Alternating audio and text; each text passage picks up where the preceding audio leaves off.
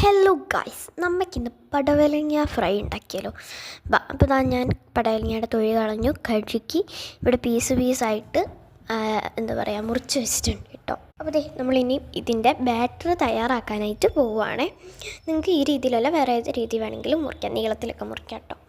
ഇതിനകത്തേക്ക് ആദ്യം തന്നെ കുറച്ച് അരിപ്പൊടി ഇട്ട് കൊടുക്കുന്നുണ്ട്. ആവശ്യത്തിന് മാത്രം ഇട്ടാൽ മതി കേട്ടോ, എനിക്ക് അളവ് പറയാൻ അറിഞ്ഞുകൂടാ. അതിനുശേഷം അതിനകത്തേക്ക് കോൺഫ്ലവർ ഇടുക. ഇതെൻ്റെ ഒരു ഐഡിയ വെച്ച് മാത്രം ഉണ്ടാക്കുന്നതാണ് കേട്ടോ, വീഡിയോസൊന്നും കണ്ടിട്ടല്ല ഉണ്ടാക്കുന്നത്. അതിനുശേഷം അതിനകത്തേക്ക് മുളക് പൊടി ഇടുക, മഞ്ഞൾപ്പൊടി ഇടാം, വീണ്ടും നന്നായിട്ടൊന്ന് ഇളക്കി കൊടുക്കാം. ആവശ്യമായിട്ടുള്ള ഉപ്പിടാം, പിന്നെ കുറച്ചുകൂടി ടേസ്റ്റ് വേണ്ടി മസാലയും നമ്മുടെ കുരുമുളക് പൊടിയും കൂടി ഇട്ട് നന്നായിട്ട് ഇളക്കാം കേട്ടോ. പിന്നെ കുറച്ച് വെള്ളമൊക്കെ ഒഴിച്ച്, അതിൻ്റെ വെള്ളം ഇറങ്ങുമല്ലോ ഓൾറെഡി, അതൊക്കെ ഒഴിച്ച് ഒന്ന് സെറ്റാക്കി ഫ്രിഡ്ജിൽ വെക്കാം.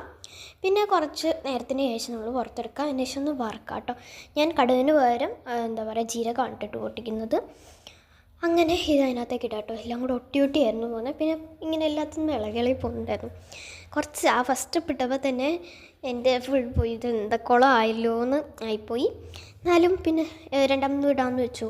അങ്ങനെ ആദ്യത്തേത് നന്നായിട്ട് ഇളക്കി കൊടുത്തു. അങ്ങനത്തെ രണ്ടാമതും ഇട്ടു.